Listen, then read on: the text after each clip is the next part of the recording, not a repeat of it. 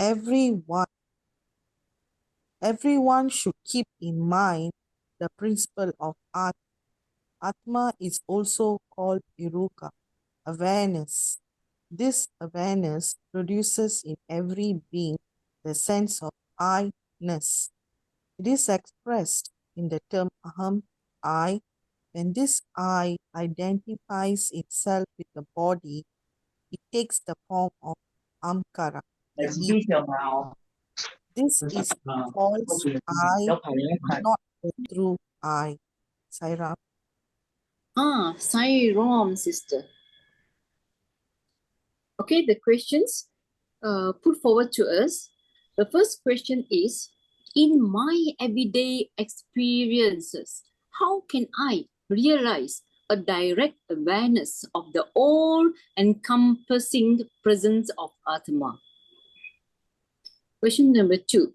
How do I distinguish between knowing about the Atma in my mind versus having these direct realizations of Atmic bliss? Madam Billy, can you go back to contents reading? Can you go back? Yeah, thank you. Can you go back again, the first page? I would like to recap the 4 sentences is very important in this contents giving because our presentations will capture again and again this content is giving to us. The first one, you can see the line, "O Arjuna, I am the Atma that dwells in all living beings. I am the beginning, the middle, and the end of all the beings." This statement. I'm the beginning, I'm the middle, I'm the end of all beings. Next. Then you come to this second paragraph. Yeah, you can see here, all that you see in the cosmos, the moving and the stationary objects, is a manifestations of the Atma. The moving and the stationary objects, meaning the moving and the unmoving, the life and no life, things, all is the manifestations of the Atma. Next, in this universe, there is nothing that is not Atma. Because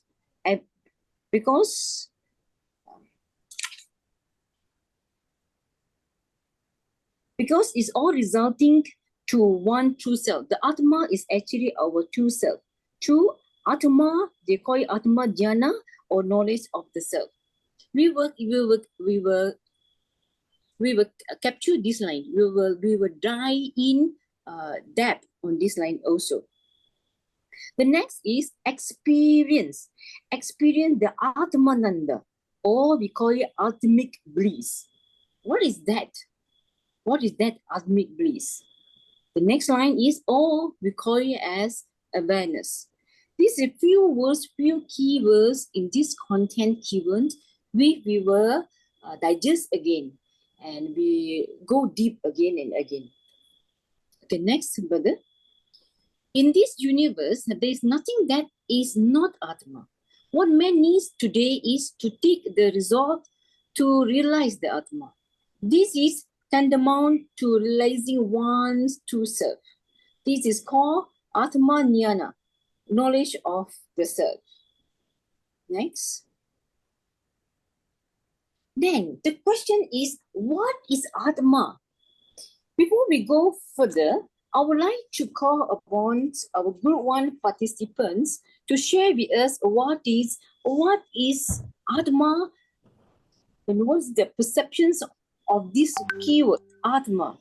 I would like to call Badi Udaya Kumar. Badi Udaya Kumar, can you share with us the contents which related to electricity,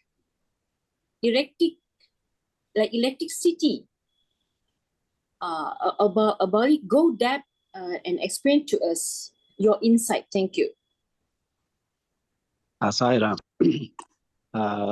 just take an example of electric current.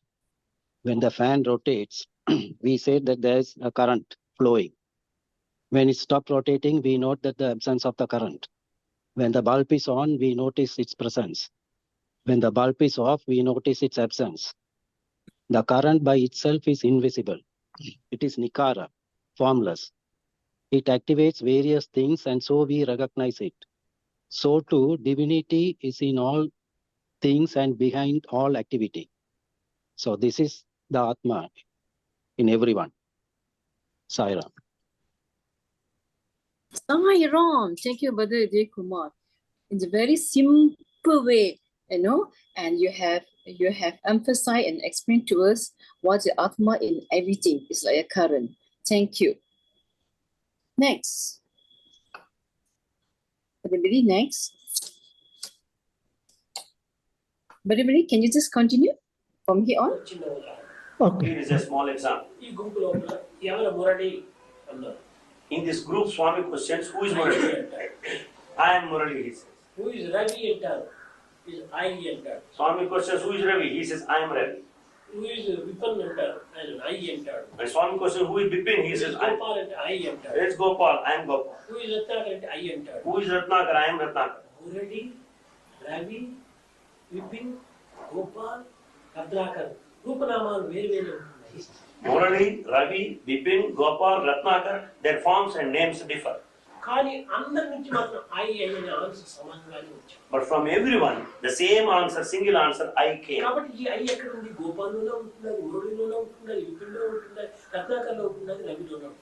So this I is present in Murali, Vipin, Gopal and Ratnakar.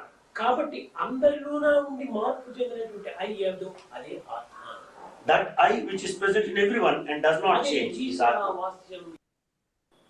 Okay, sir, everyone. So we have actually presented this video some months back.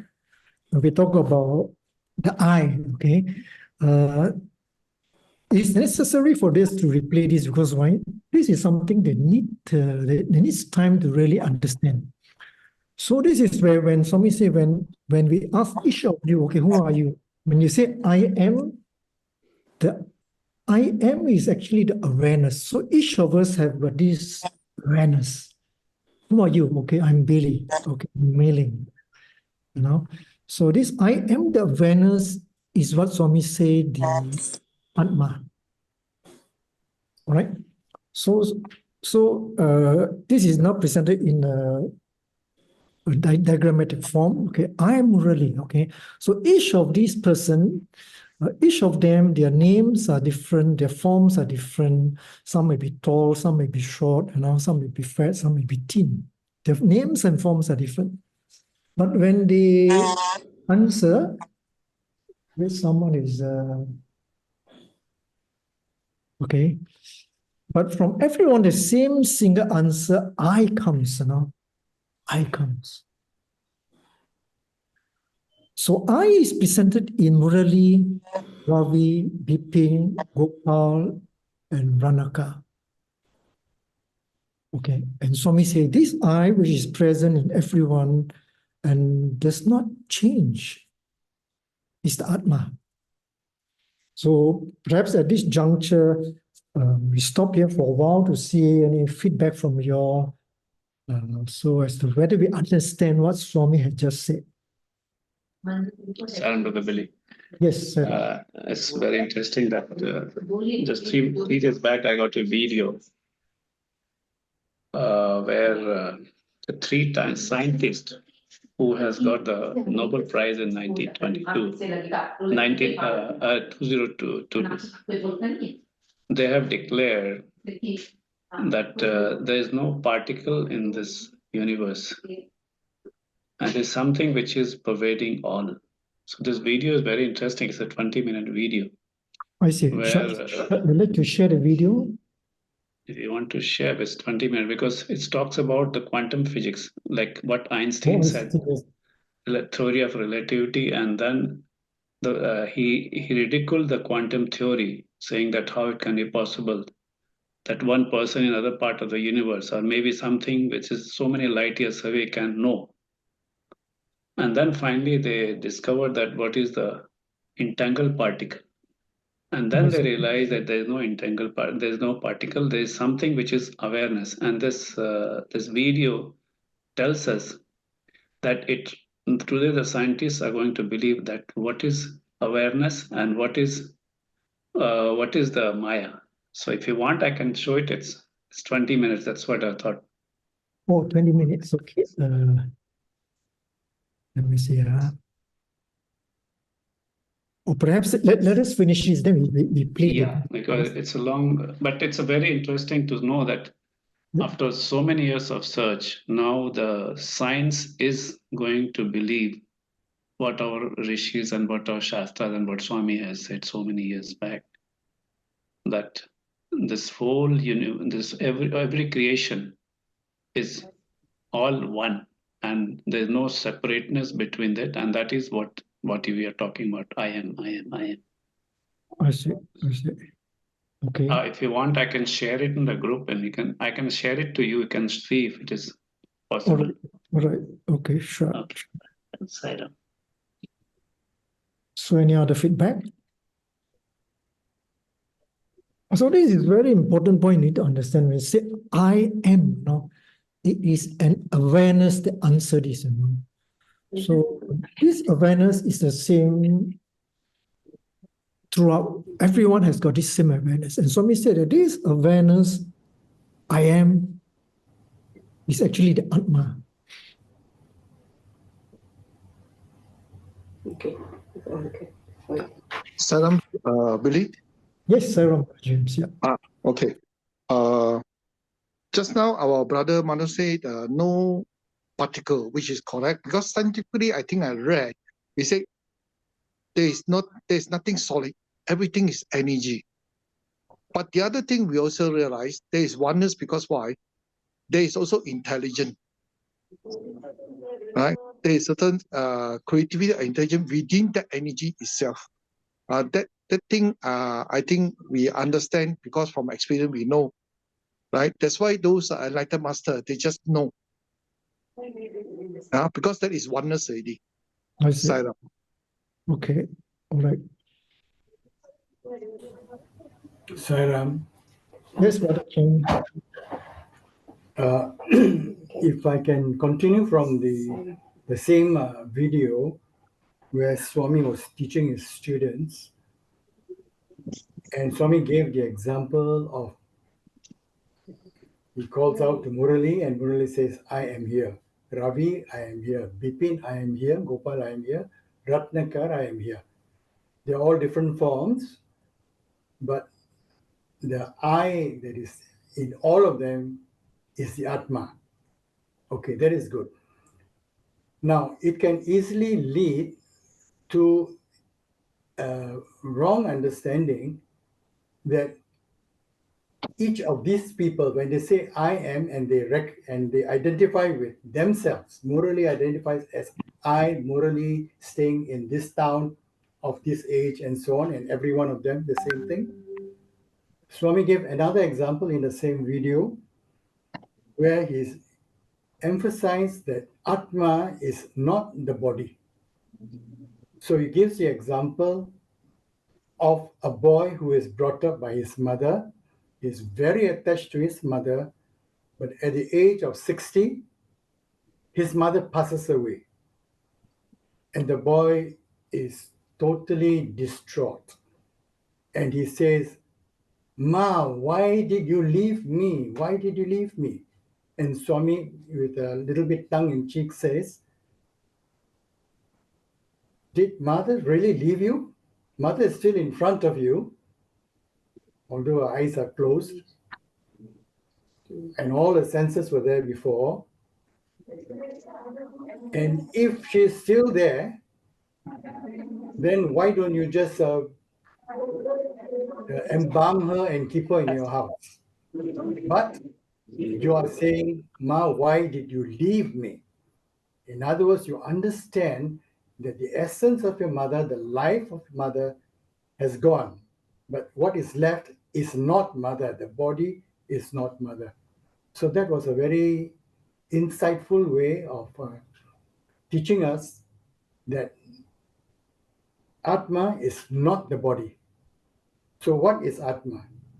Number one, Atma is unchanging. And Swami gave the example of anyone who goes through 4 stages: infancy, boyhood, youth, old age. And at each point, when you are as an infant, you are learning a separate identity. You say, I am, or at least you think I am. You go to boyhood, I am. You go to become a youth, I am. Old age, I am. But the form is changing all the while. So what is the I am?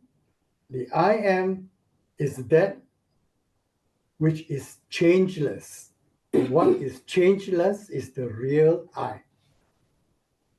And secondly, Atma is in everything and everywhere. And Swami gives another example in a separate video of the bulb. It's a very popular example. And the bulb, if it is just left uncovered, its light pervades everywhere. It has no form, and you see it as one.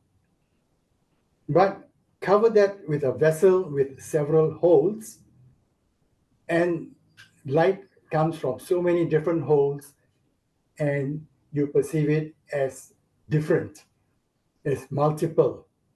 But the fact is, it is just one light. You cover it up with a thick blanket and you see nothing. The thick blanket can be like greed and other avariciousness and so on. And you see nothing and you say there is no light, but the light is always there. So Atma is everything and everywhere. Sairam. Thank you, Brother Ken. Brother Willie, I have sent you the video later on. You can see where he can show it also later on. The thing is that what Einstein and other people, when this quantum theory was produced, they ridiculed it, saying that how can there be a quantum leap and people from one light year, things can communicate with another light year. So, and he said that it means if you close your eyes, does it mean that the world is not there? And there, this person, this lady, he shows that it is the word starts when our awareness starts. The word comes, and then we start to realize this family, world, and all the relations and everything. The moment we close the eyes, everything finishes. So it's the awareness which is there. There are no particles. And this awareness is all because of this Maya. She's so nicely with the science and with Vedantic theories, it has explained that even the scientists in 2022, they have started to going to believe that there is something which is covering the whole universe. There are no particles which were separating. It's everything is all connected. Sairam. Thank you, Manoj. Okay, now this is another video which is what Brother Ken has mentioned, where Swami talks about there are 2 types of I. Okay, let's watch this video. Here there are 2 forms of I. 3 words I walked in that. There is an I which has 3 letters. 1 letter I walked. There is another I which has 1 letter. 1 letter I is only I. 1 letter I is the only I. 3 letters I, E, Y, E, I. The 3-lettered I is E, Y, E. E, Y, E, I is body. E, Y, E, I is the body. 1 letter I is the Atma. 1 letter I is the Atma. E, 1 letter I is the variable carbon. This 1 letter I neither increases nor decreases. E, Y, E, I is body is what the E, Y, E, I relate to the body increases and decreases. Plus 1, plus 1, plus 1, plus నేను అతను ఈ విధంగా 1 పెంచుకుంటూ వెళ్ళిపోతే ఎన్నో కోట్లకు లక్షలకు millions ఉంటాయి. When we add 1 plus 1 plus 1, you can go on increasing crores and millions. కానీ 1 minus 1 ఈ విధంగా 1 మైనస్ పెట్టుకుంటే తరిగిపోతూ వస్తుంది. If you delete 1 minus 1, 1 minus 1, it goes on decreasing. కానీ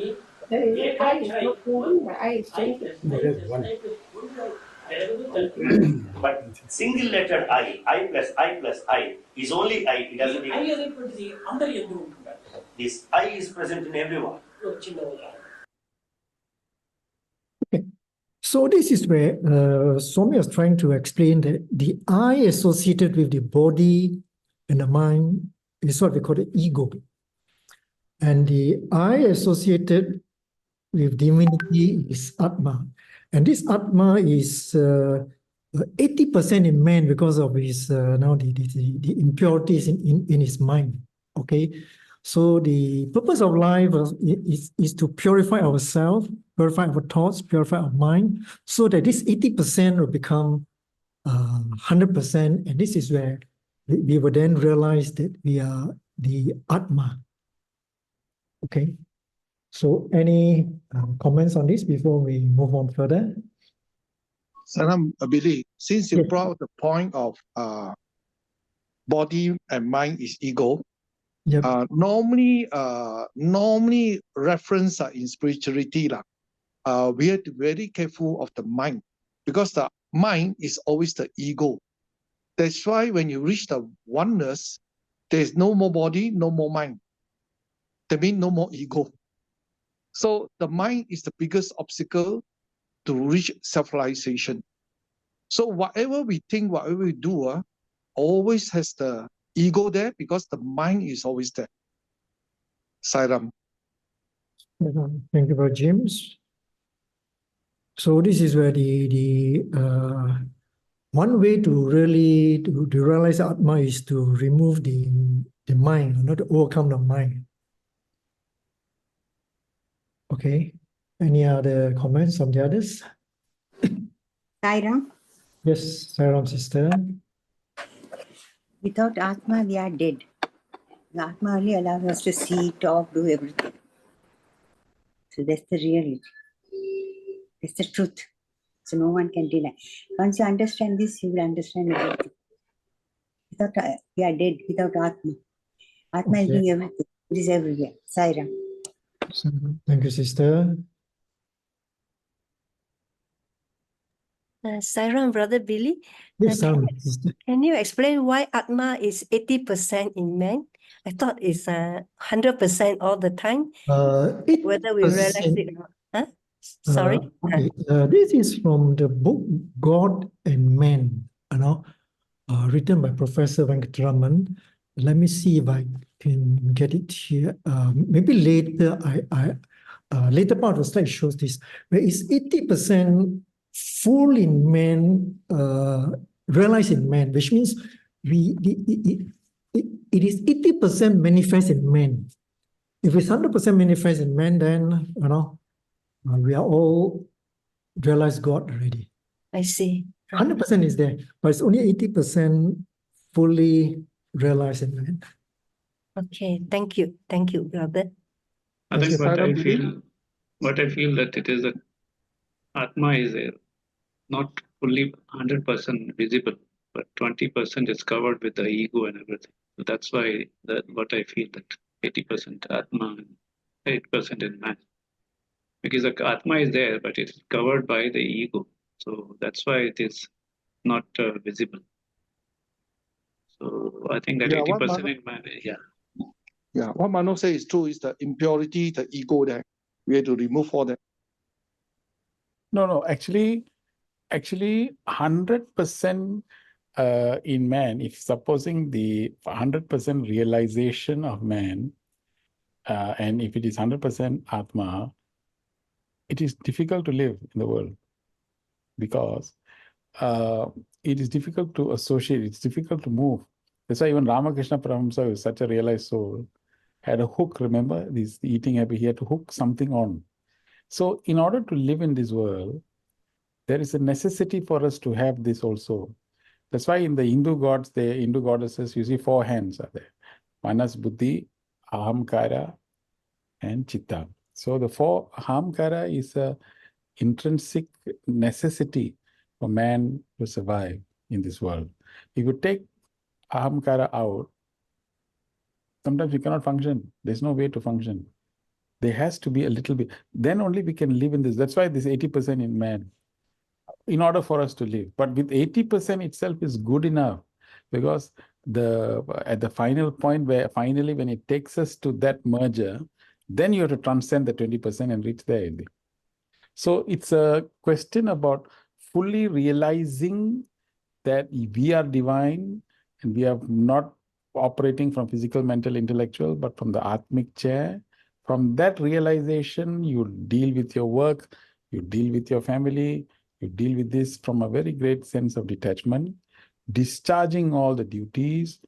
We have to have a small trace of it to function.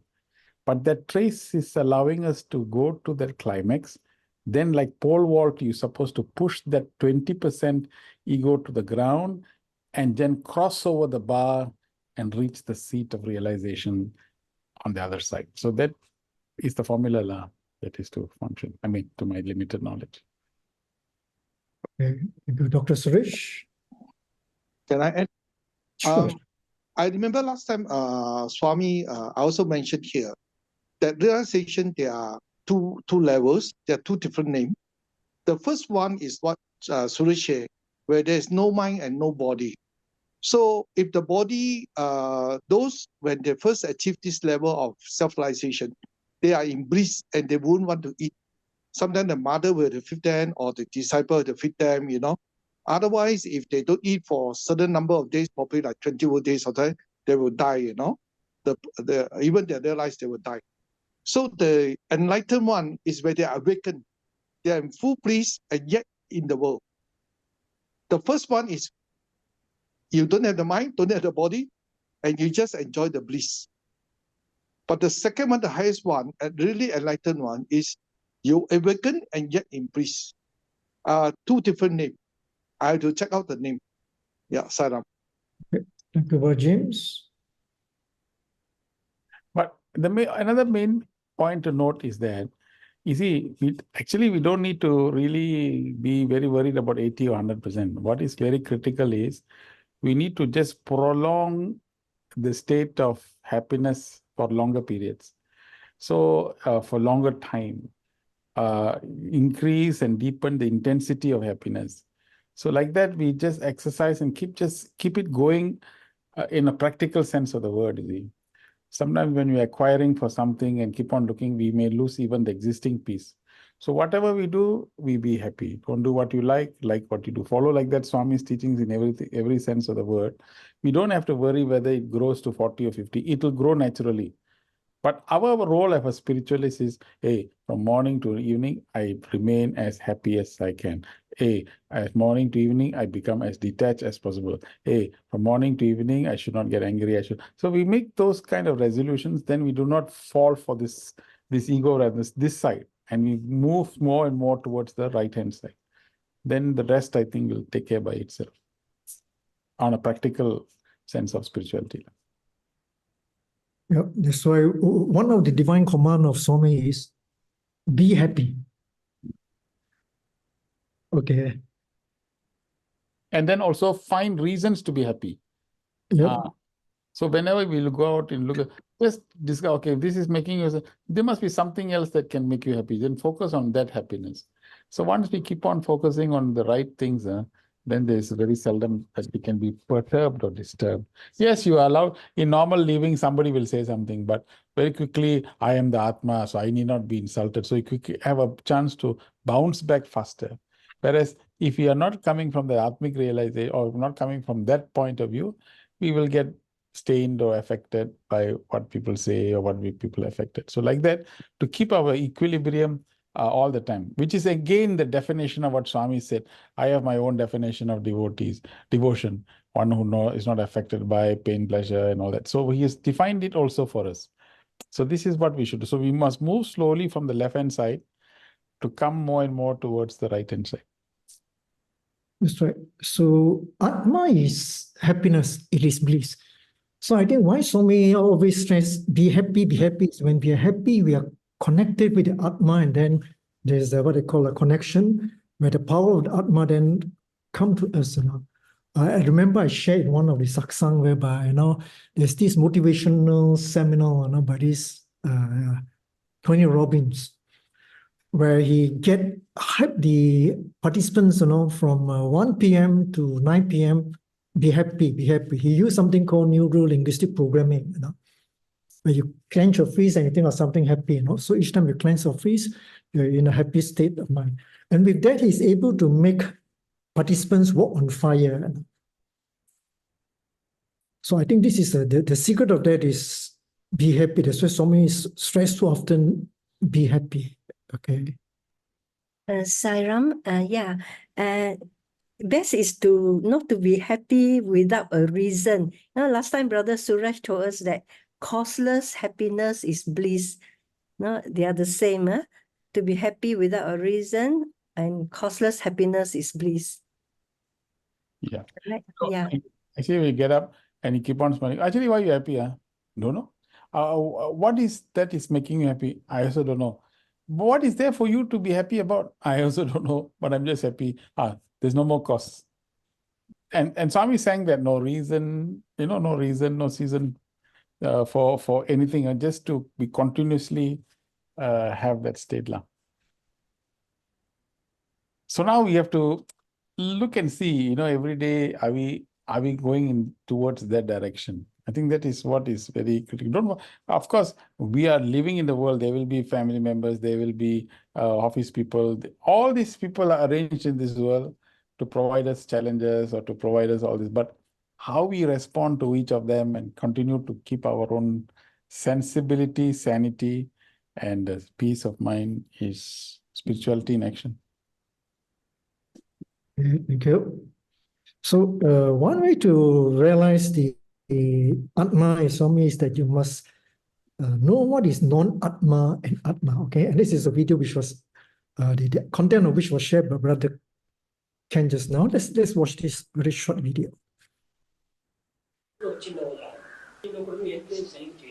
We're not discriminating properly between Atma and Anatma. What is Atma, which is Anatma? Both are present.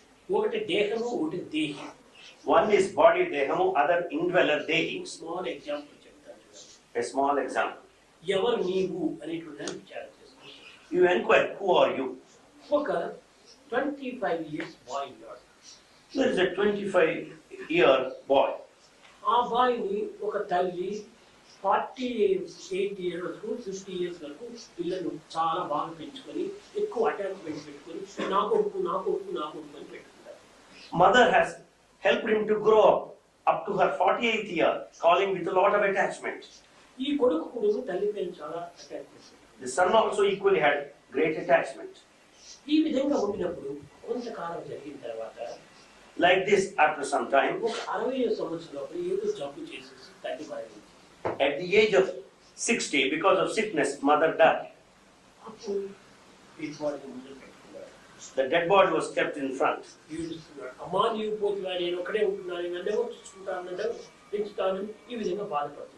He went on weeping. Oh mother, who will take care of me? You died, who will take care of me? He went on. Oh, you left. You left. But who exactly left? Who is the one that left? If that is body, your mother is here. Your mother is very much here. Why did you say she left? What is that left? Oh, the one that left. Life is real mother. Oh. The one that left is life. That life is the real mother. The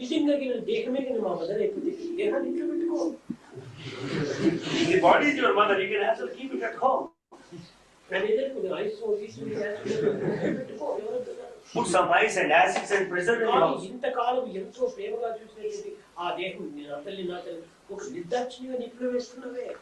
Out of so much of love and attachment, in spite of it, you just burn the body.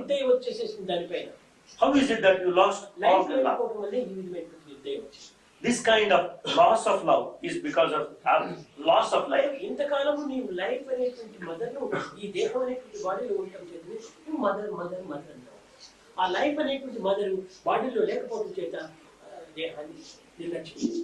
Because that life is in the body. You have got so much of attachment towards mother and call mother.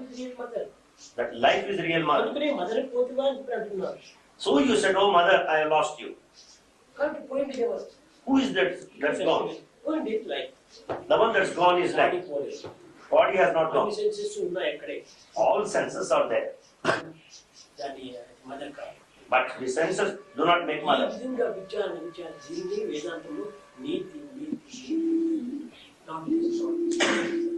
This kind of inquiry in Vedantic parlance is called neti neti, denial.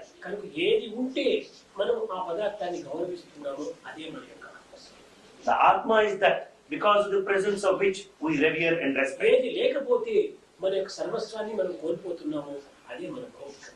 That because of which absence we feel that to have lost everything.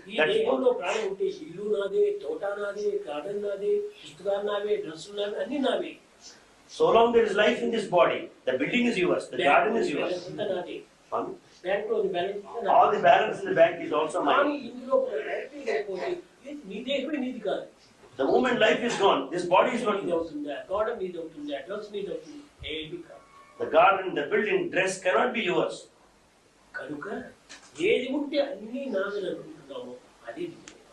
Because of the presence of that, because of that only you say everything is mine. That is our.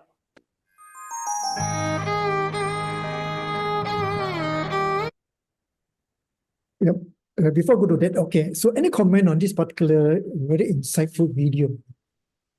So here Swami said life, the life force in us is Atma. Okay, so earlier we learned that Atma is awareness, Atma is unchanging, Atma is awareness of I am. And this video tells us that the life force is Atma. Okay, any comment before we move on further? Saram, Brother Billy.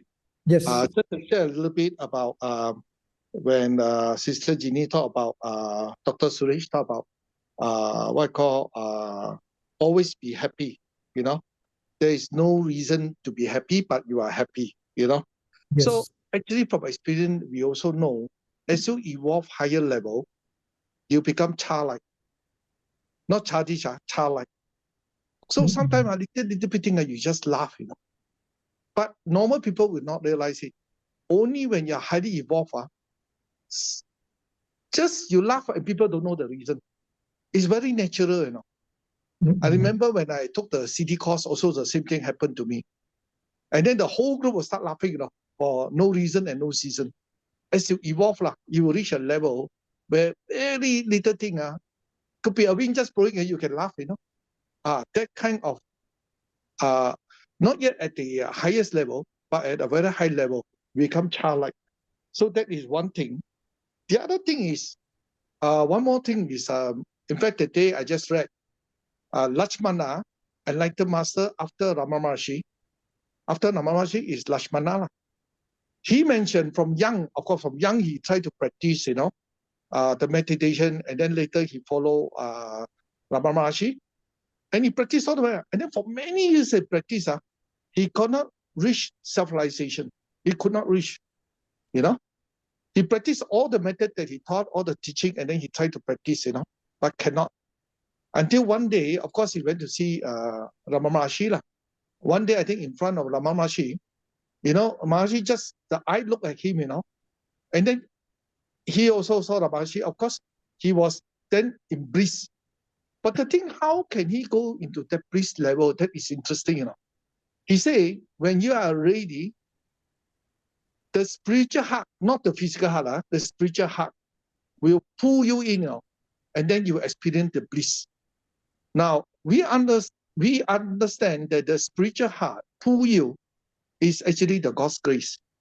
So unless we do our sadhana and do all the good things and have the divine blessing and the grace, then the spiritual heart will pull you in. Or other, you instead according the spiritual heart pull you in, it's God's grace that enlighten you. Just like Yogananda also told his friend, he said, although my guru touched me, I got enlightened. He told his friend, right? He said, it is not my guru that touched me, that enlightened me. It's because I have enough God's grace. God used my guru to touch me and I got enlightened. Sairam. So God's grace is very important. Thank you, Brother James. So the purpose of life, okay? So in the Bhagavad Gita, so Krishna has said, people imagine that life has been given to them for having a good time, for acquiring wealth, empire building, enjoyment, sense gratification, etc. Wrong, wrong, wrong. Human birth is rare and special. Humans alone can comprehend there's a God who created the universe. Humans are as part of the divine.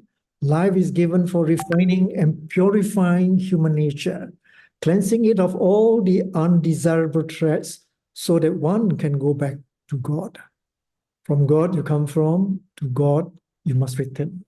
So the 20% is the what they call undesirable traits, the impurities in us, okay? And here's another video by Brother Sanjay Mahalingam, okay? Let's hear what he has got to say. In one such interview, I asked something, early 2009, actually. I think January or February 2009. And I asked Swami this question, something I asked Swami, I don't remember, it's immaterial now, something I asked Swami. And Swami said, Swami just, he just basically ignored my question. And he said, see, every answer that your mind finds to a question will lead to 1,000 more questions. Every answer that your mind finds to a question will lead to 1,000 more questions. And Swami said, ignore all those questions and fill your mind with just one question. Everything you empty, give up all questions, fill your mind with just one question: who am I? So that was the first pointer. In 2006, Swami had gone to Kodaikanal. The first time I had the accompanying Swami. In one of those evening sessions after the bhajan, Swami posed a question to all the devotees and students present there. There are about 30 or 40 of us totally. And Swami said, who am I? Swami, pointing to himself, said, who am I? And a lot of answers were flowing thick and fast. Somebody said, Swami, you are an avatar. Swami said, Kadu. And somebody said, Swami, you are love, you are prema, satya, dharma, all kinds of answers. Swami said, no. I distinctly remember one answer. Somebody said, Swami, you are paripurna avatara. You are the complete embodiment of the divine. Swami said, Adi kade kadu. That I am definitely not. And then finally we all gave up. We knew we were not going anywhere and we all became quiet. And then Swami said, Nenu, nene. I am I. That's all. Okay, what do we understand by what the brother Sanjay Mahalingam has mentioned? When Swami say, I am I. I am Atma, Paramatma. Okay, earlier Swami has said that the I which each of us declare is the Atma, okay? Why is again Swami mentioned the word I am I?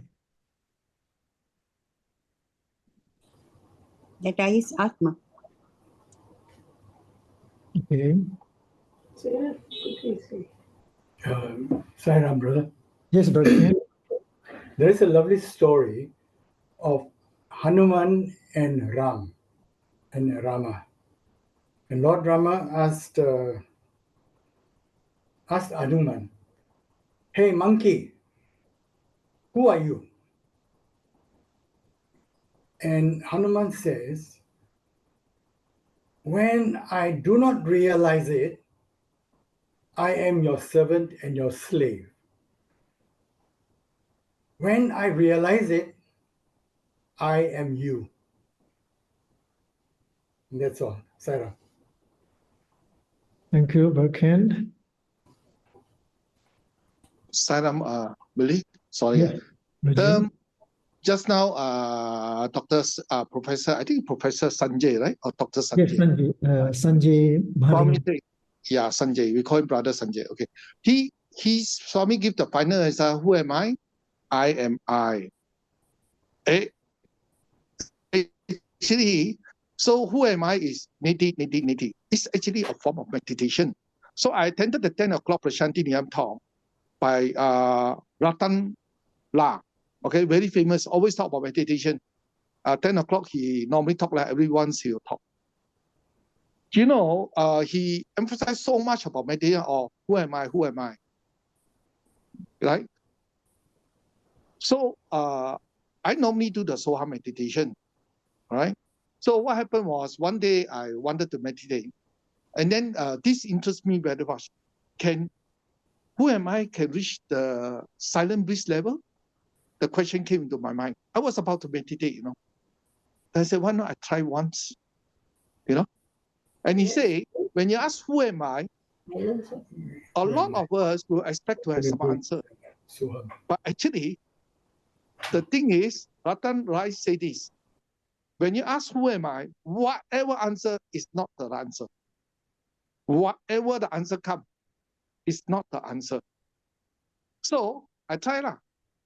Who am I? I kept silent. Then a lot of other thoughts come, you know. Who am I? Thoughts come. Who am I? Because I know all these are material and world. Okay, all are material things. Then what happened after some time? You just reach the silent and bliss, you know. Whatever thoughts is not important. That's how you meditate. Similarly, like the Soham meditation, we do the same way. Right? We are aware of all the thoughts, right? Aware of all the thoughts. And what happened was, you witness the thought. And then you bring in the Soham. Soham is actually I am that. That means I am I. The same meaning, right? I am that. So actually is I am I, you know? So whatever thoughts come, we don't attach. We go back to one point, the breathing. Natural, effortless method of doing. Effortless. You have to, of course, initially it won't be so easy. You'll be like a four-wheel drive, you know, up and down, you know. Where is the answer and all that? Your mind is very playful to you. And it will make you like very blur or very confused and all that. Actually, you ignore all the thoughts and just go back to Soham. Until one day, the thoughts also gone, the Soham also gone. Then you reach the silence and the bliss. So who am I and the Soham is actually a similar path. You will reach the silence and the bliss. Of course, to reach the level, you must have certain level of subject quality in you, certain purity in you, and then there must be also love, compassion in you. That means you do all your sadhana to evolve to a purer level, then easier for you to transcend and reach the silence and bliss. That's the whole purpose of meditation. That's where the seva comes in. Because without seva, you can't purify your mind and your heart. You know? And no matter how much meditation you do, you won't reach the level. The first thing is, the foundation is, you must do seva to develop love, compassion, and mercy. When your heart becomes more pure, your mind becomes more pure, then when you do the Soham or who am I, it's easier for you to transcend. That's how you achieve it. Sairam. Thank you, Brother James. So, Lord Krishna told Arjuna, I'm in a tree that you see. I'm in the ocean. I'm in the earth. See me in everything. Okay. So remember the title of the topic is, in this universe, there's nothing that is not Atma. Okay. So this is where, you know, we'd like to share the story of the weeping saris. Okay. So once Dr. Hishlop was with Swami, you know, and then Hishlop mentioned to Swami, something has happened here. Water is around this box, you know. So Swami was at that time distributing saris. And Swami, these saris will get wet. Then Swami removed the cover of the box, and those of us who were standing there could see that the edges of the sari were wet. The cardboard box with 4 saris in it was lying at a table at Dhammasetra in Bombay. Swami has selected 96 saris for distribution to some lady volunteers, and of the 100 brought for his inspection, 4 were replaced in a box to be returned later to the merchant. The table was not close to any source of water, and Hishlop several other men, and Swami was standing there from the time the saris were examined one by Swami. Then Swami said the following: the saris were weeping because Swami has rejected them. Now I will take them. Okay. So Hishlop, how could Swami, how could this be? The Swami say that inanimate objects have injured feelings and can weep.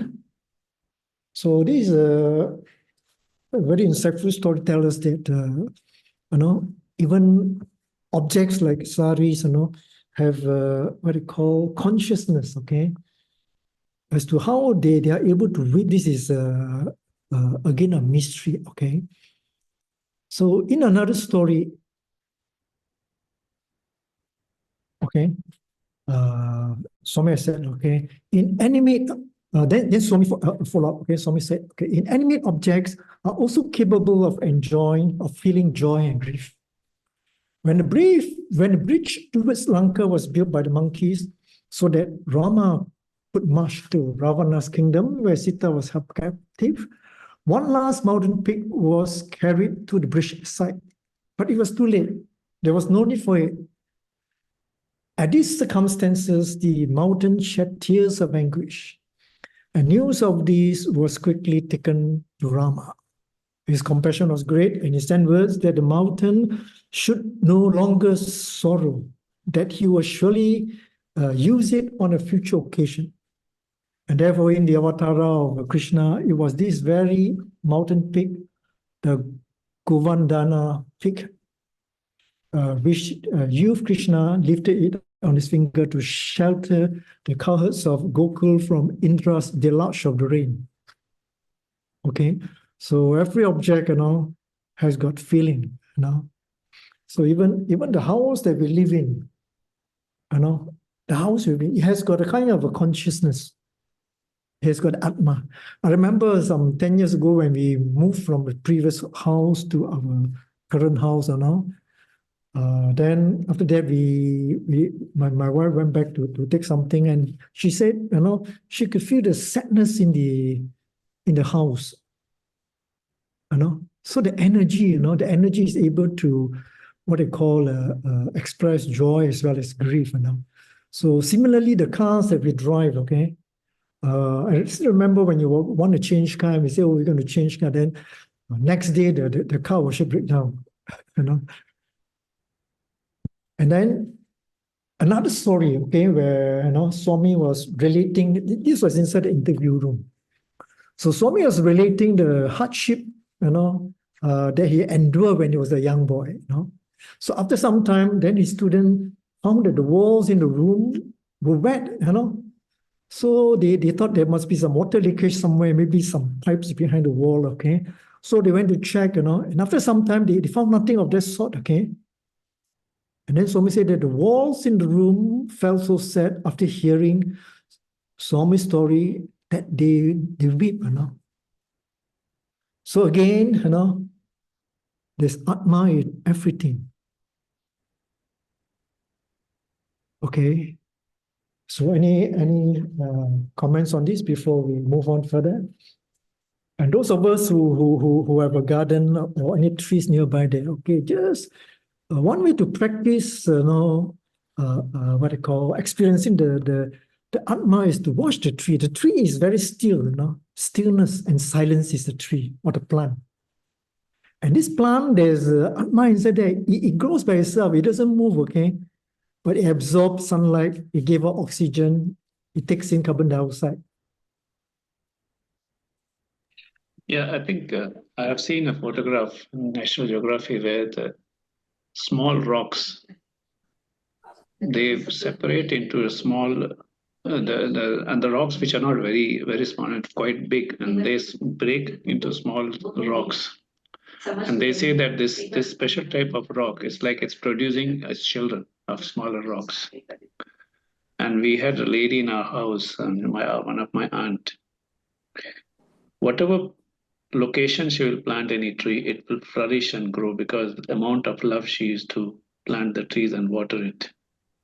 Whereas the people with other people have planted the same plants, and it doesn't go that well. And we had this experiment that where the music has affected the plant's growth, and where abusive language has declined its growth, and it has. So these are the consciousness level from the rock to the plant to the animal and to the humans. It's different degrees, and it is certainly that consciousness, as it grows, it flourishes more and more. So I'm really 100% confirmed that because Swami's aura and Swami's grace, that weeping of the wall and weeping of the saris could have been the manifestation of that separateness which they wouldn't want to have that. Saira. Thank you, Brother Yes, Manu. sir. It's true. It's all come out of pure love. The conscious, the awareness, the love, the pure love. It comes out of that. Ananda, the bliss, the happiness, all come from there. Saira. Thank you, Sister. Yes, others? No? Sairam Billy. Yes. I remember, I think about 7 years ago, my elder son bought a Honda HRV for me, you know. He paid the down payment and all that, you know. So when the car was given to me, I sat inside the car, there was a certain vibration. The car certain vibration. I don't have a very nice feeling, but I do my chanting, you know, Om Saram, something like that. True enough, after a few months, there was an accident. Motorbike actually high speed and then knocked into a car. I was also in the wrong because I was doing a U-turn also, you know.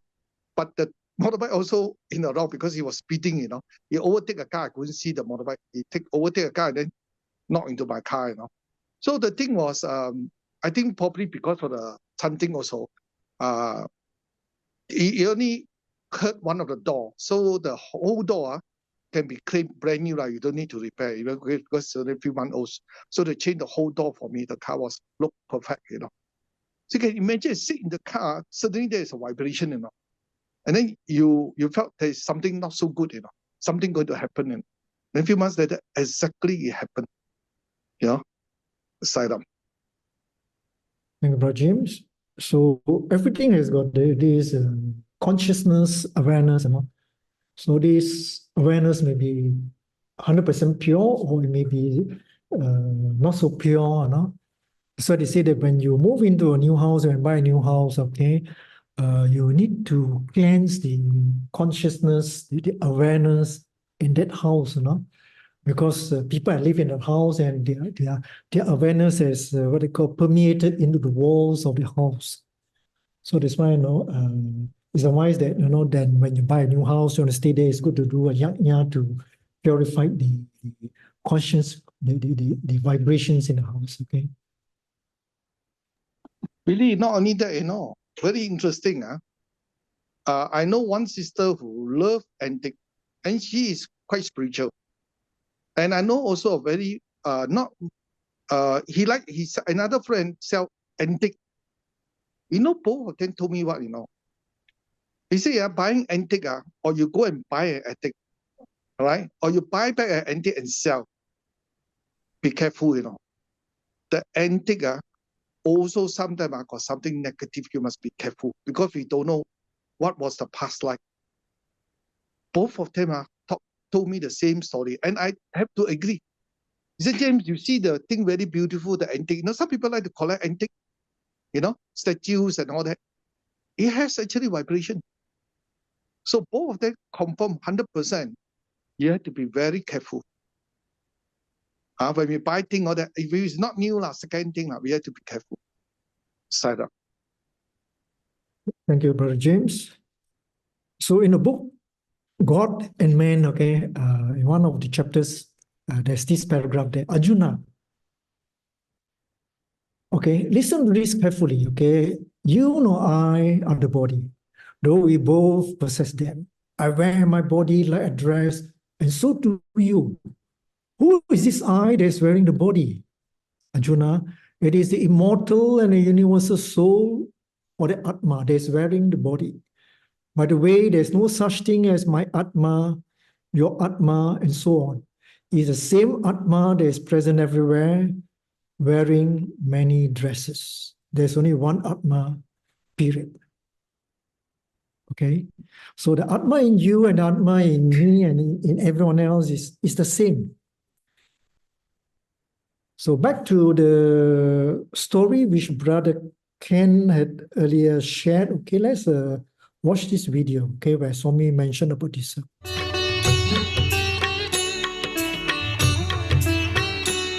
ఒక్క ప్రేమ పాశము చేత తప్ప అందరినీ ఐకమత్యంగా అభివృద్ధి పరచడానికి ఇంకా మరొక మార్గం ఏమాత్రం కూడా లేవు. Excepting for the love, there is no way of bringing about cooperation and understanding among people. దీనికి ఒక చిన్న ఉదాహరణము. Here is a small నీవు example. అనేకత్వంగా భావిస్తున్నావు. You think that there is multiplicity. ఒక కింద ఒక క్యాండిల్ ల్యాంప్ పెట్టేసేసాము. There is a candle kept below. దానిపైన అనేక రంధ్రములంతా కొట్టి దాని ఒక పాత్రను మూసినాము.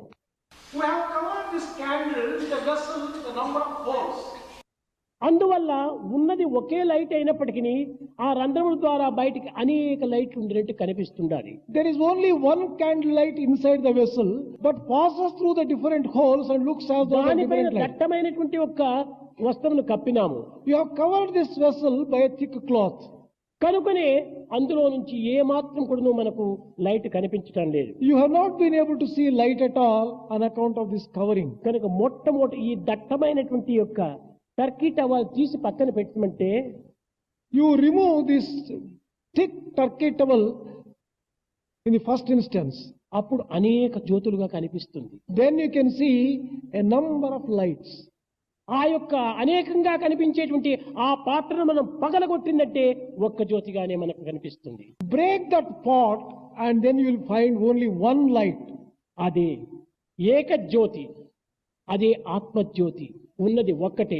దానిపైన నవరంధ్రములతో కూడినటువంటి యొక్క ఈ దేహం అనే పాత్రను కప్పినాము కనుక ఇవి అనేక విధంగా కనిపిస్తుంటున్నాయి. ఒక్కొక్క రంధ్రం నుంచి ఒక్కొక్క light ఉండినట్టుగా కనిపిస్తుండాలి. This is the single light, the Atmic light.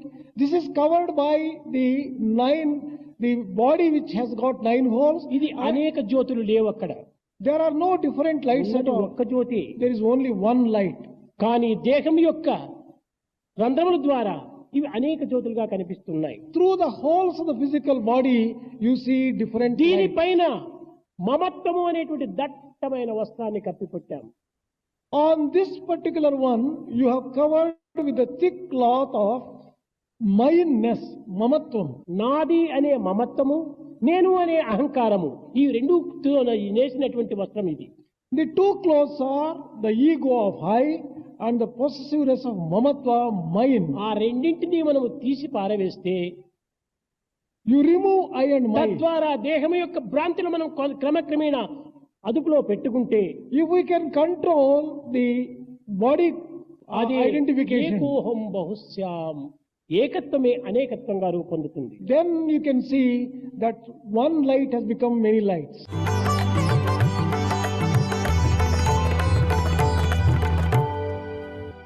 Okay, any thoughts on this particular video? So the Atma in me, the Atma in you, and Atma in every one of us listening to this satsang is all the same. It's just that we don't kind of realize it. Brother Billy, I think in that video that she has explained with example and saying that when you see a dream and we see in a dream different people talking different ideas and everything. But it is you, when you are in the world, you see that different people because you are in the dream and you see different people. They are not actually different. It is your, and it is not that your consciousness is split into that. It is the same consciousness which is there in you, it is showing in a different way. But the moment you get out of the dream, you realize that everything was Maya and there is nothing true and you are the one. So I think the same thing which Swami is trying to tell, that there is no difference. The difference comes because of all this Maya and Samatva and ego. And once it is removed, then that Atma shines in its own full form as one. Sairam. Sairam.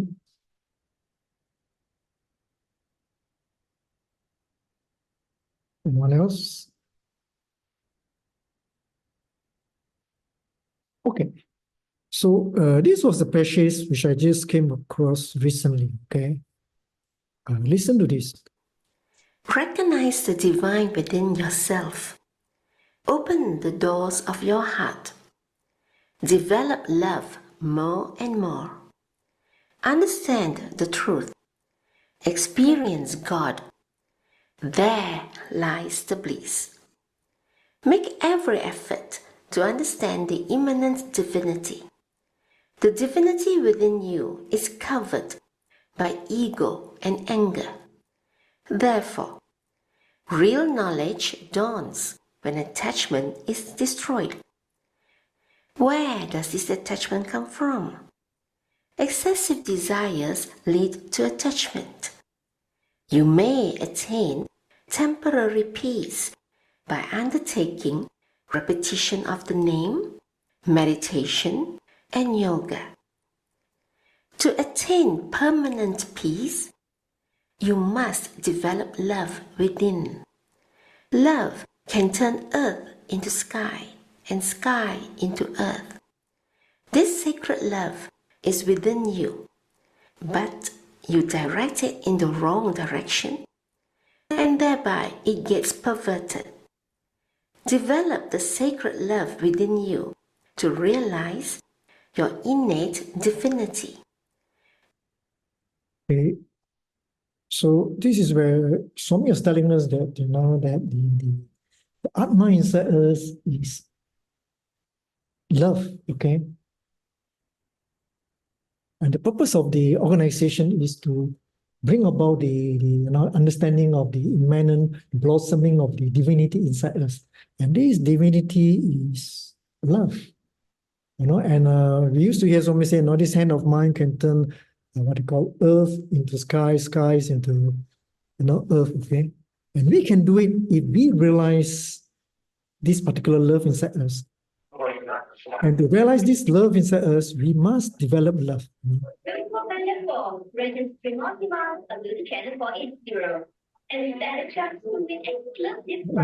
This person, okay, all right.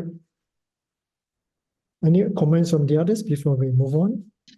Salam Billy, can I say this?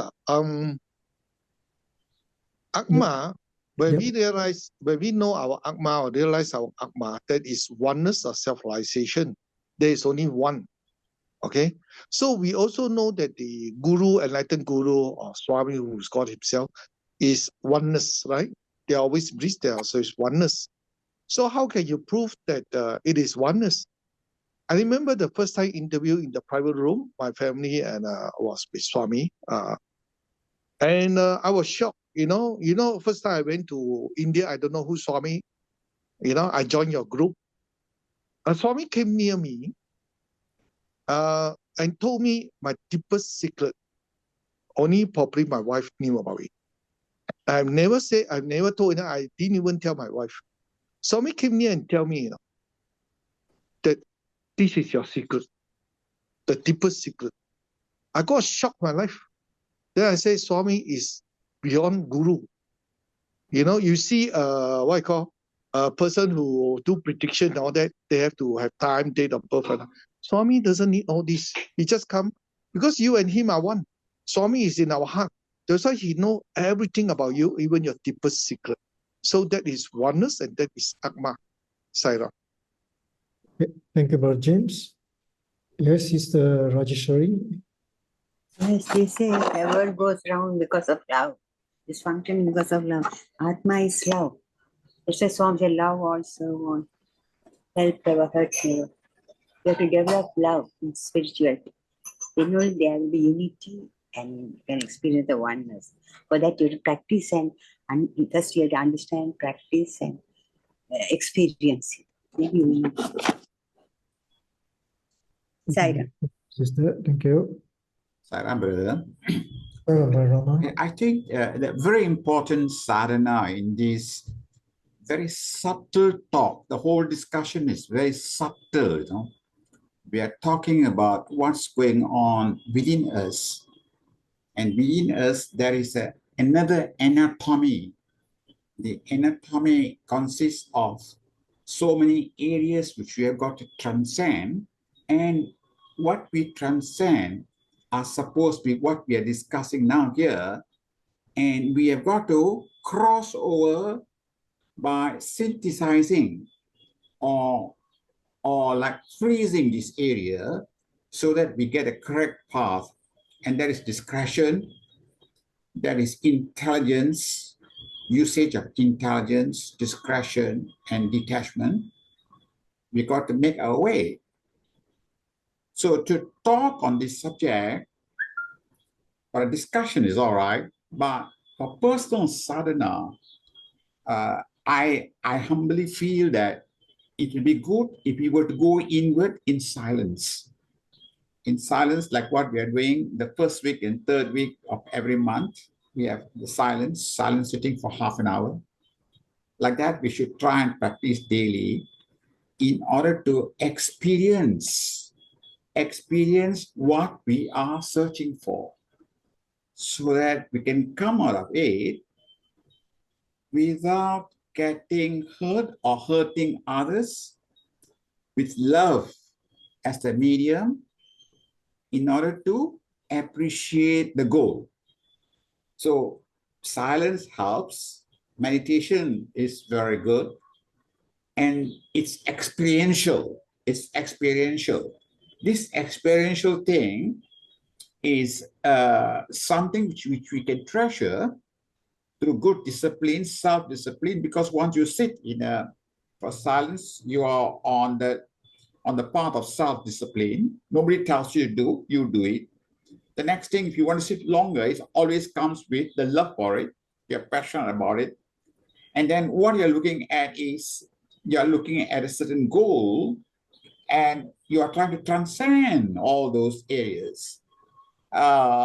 So it's very pleasing. It's a joy. If you think it's joy, if it can be mundane. If you think that it's going to be mundane, therefore you won't sit there for long.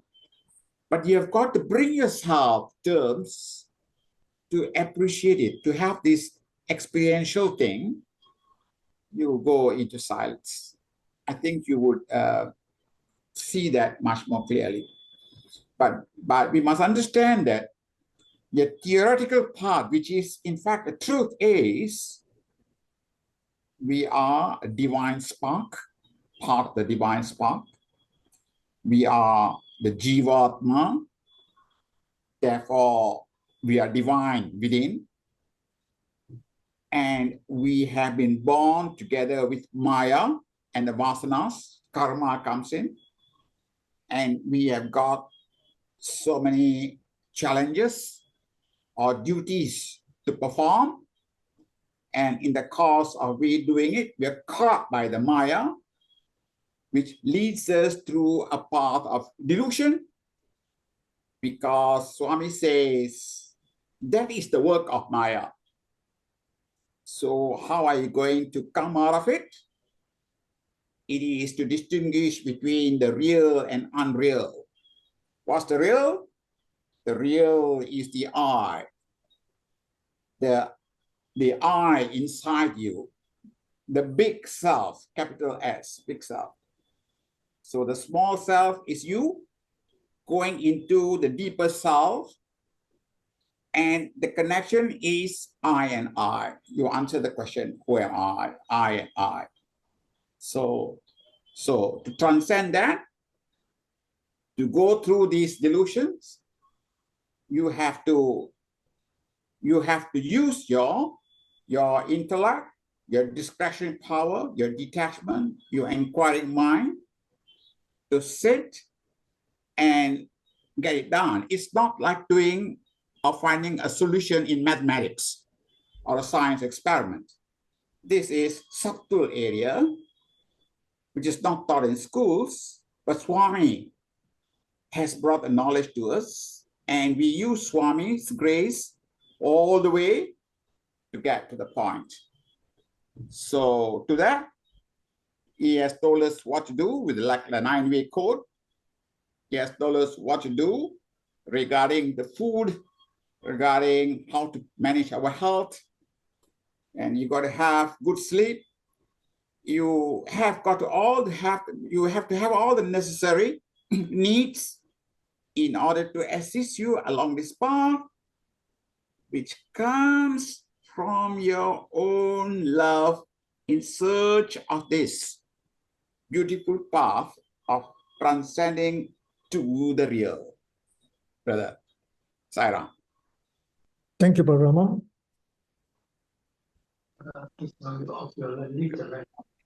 Can I add one thing to Brother Rama, what he said?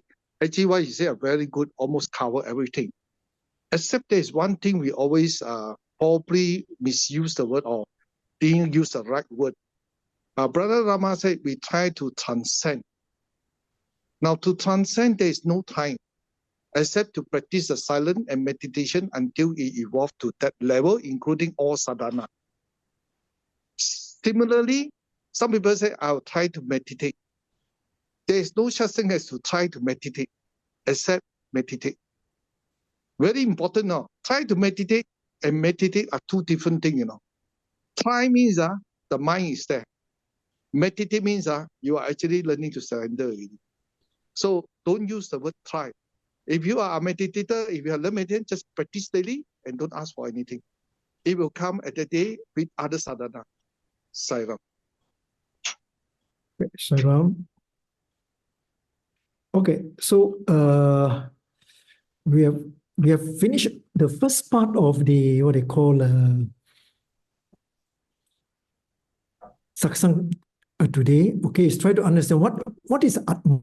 Okay, so we have another 4 more minutes to go. Okay, to now go to the second part, which is the questions. Okay, which is questions. Okay, but I think probably we keep that for the next. For next week's session. Would that be okay, Dr. Suresh? Yes. Yes, you can keep it. Yeah. So we keep it for next week then, okay? So over to you, Dr. Suresh, okay? Sairam, very nice. Very nice, very deep sessions. But only, I just want to make only one comment that while we intellectually try to understand the concept of Atma and all, I think the most important thing is always driving back to the practical understanding of all these things. Because if not, we may get lost in the esoteric meaning also. So the practical aspect is when we are living in this world, as long as we make attempts, there is a higher state for us to achieve. But we cannot go to a doctorate level if we cannot achieve, we cannot do the BSc, MSc, So we need to extend and prolong the peace that we're having. We need to extend and prolong happiness that we're having. So find happiness in the little things, find peace within ourselves, because there's a journey that we are making. So don't get involved in too many big things and get confused. Don't go into issues and problems and make your mind get worried, anxiety. So there has to be a certain element of tranquility because we are being prepared for a bigger experience. And so we need to take cognizance of this fact. Enjoy the walk that you're doing in the morning. Enjoy the nature, the flowers, and so on. Enjoy the things that we have. Be very grateful. Be having gratitude. And most importantly, I think sincerity, what we are. We don't have any mask in front of us. We don't have any pretenses in front of us. So these are simple, basic things so that our journey for the bigger aspects of experiences to the Atmic consciousness will become easier, faster, and quicker. And that is what spiritual life is all about. So today's session is very deep. It's a state that we need to go towards, but we need to take cognizance of the little things that we have in our life and be happy that we are. Even in your relationships, you have husband, wife, family, children. So become conscious of these people and take stock. Oh, I'm grateful for this. And like that, our mind should become very extremely stable and contented. Then the Atma itself will autopilot. No, they'll start taking cognizance. They'll start taking things into point, and it will be driving us towards our end destination. So that's what this whole satsang is all about. But tomorrow, make sure if you all can come, please try and be nice to see the Indonesians. Once again, I tell you, it's at 8 o'clock, 8 p.m. tomorrow, Malaysian time. We'll send the links to all of you in the groups. So till we meet again next week, Sairam, and thank you. Thank you. Brother Sham will do the closing prayers. Yep. Om Shanti Shanti Shanti Samastaloka Sukhino Bhavantu Samastaloka Sukhino Bhavantu Samastaloka Sukhino Bhavantu Om Shanti Shanti Shanti Sayang. Sairam, thank you. Sairam. Sairam, thank you. Good Good night. night. Sairam, thank you. Sairam.